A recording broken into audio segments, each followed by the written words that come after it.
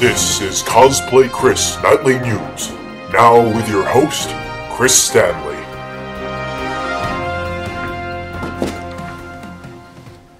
Good evening, and welcome to Cosplay Chris Nightly News. I'm your host, Chris Stanley. Tonight's top story, the Platinum Dunes reboot of Teenage Mutant Ninja Turtles. Fanboys across the globe have taken to their greasy-stained keyboards in their parents' basement to register their disgust with the look of the Turtles and the film itself, claiming that Michael Bay has ruined their childhood and the legacy of the Turtles forever. Well, people, I have something to tell you. Quit being a bitch. It is what it is. Nobody gives a flying f***. I'm Chris Stanley. Cosplayers do it best. Good night.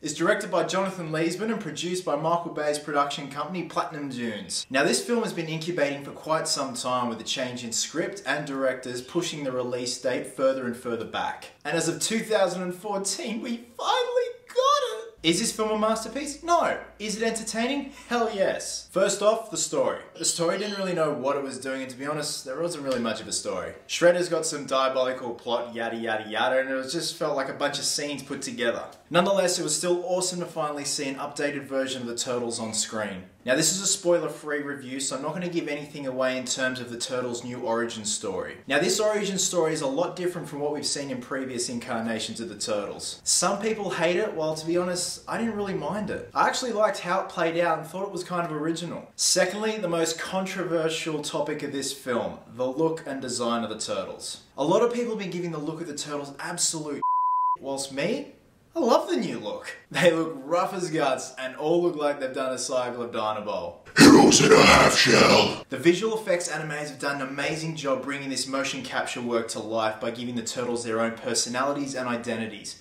Even from Leo's samurai getup, Raphael's ghetto bandana, even Donnie's iPad strapped to his belt. Mind you, the one thing that bugged me about them was Johnny Knoxville as the voice of Leonardo. When you'd see Leonardo on screen and hear Knoxville's voice, the two just didn't marry up. And as soon as Leo opened his mouth, all I could think of was... And of course, Splinter. Now, I like the look of Splinter, but in the first portion of the film, he's kind of a dick. Not really being that father figure that we know him for until towards the end of the film. Shredder, however, is the perfect example of the term less is more. He actually reminded me of Megatron and not of the Shredder I remember from the cartoon or the original live-action film. He didn't really say much and his personality was that of a Jats cracker this time around. Now, this is the Shredder I remember. And of course, props goes to Will Arnett for bugging the absolute out of me. The guy talks like a douche, acts like a jock, and straight up does not belong in this movie. Hey, I'm Will Arnett. You're a talking turtle. O'Neil, that ass. And speaking of O'Neil, that ass, Megan Fox is April O'Neil. I just couldn't buy into the fact that she was April O'Neil and she just seemed like a ditzy surfer chick. They're ninjas. As flawed as this movie is, I still had a really fun time watching it, especially when the Turtles were on screen. The filmmakers managed to do a really good job of maintaining that camaraderie between the four brothers, making everything just feel natural. And of course, there's still those cheesy one-liners and pop culture references that the Turtles are famous for. I'm not gonna lie, in the end battle sequence, Raph delivers a heartfelt speech to his brothers and I was all like, "You got a Raph?" The action sequences were so epic and badass, even though they do seem very Michael Bay-esque, it's still the Turtles, guys. And that's just delightful. I really wanted to like this movie, and I did. Despite all its flaws, it's still the Teenage Mutant Ninja Turtles, and it's awesome. I'm gonna give it 3.5 geeks out of 5. So if you guys did see Teenage Mutant Ninja Turtles, please leave a comment below and let me know your thoughts on it. As always, thanks very much for watching, guys. And always remember, cosplayers do it best. Even Donnie's tablets. Not really a father figure to the boys until the end of the and pop culture references.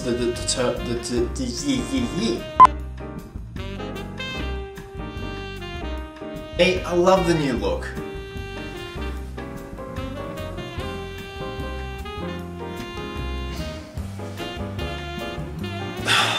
Need to do a massive fart. Knock, knock, you about to get shell shocked.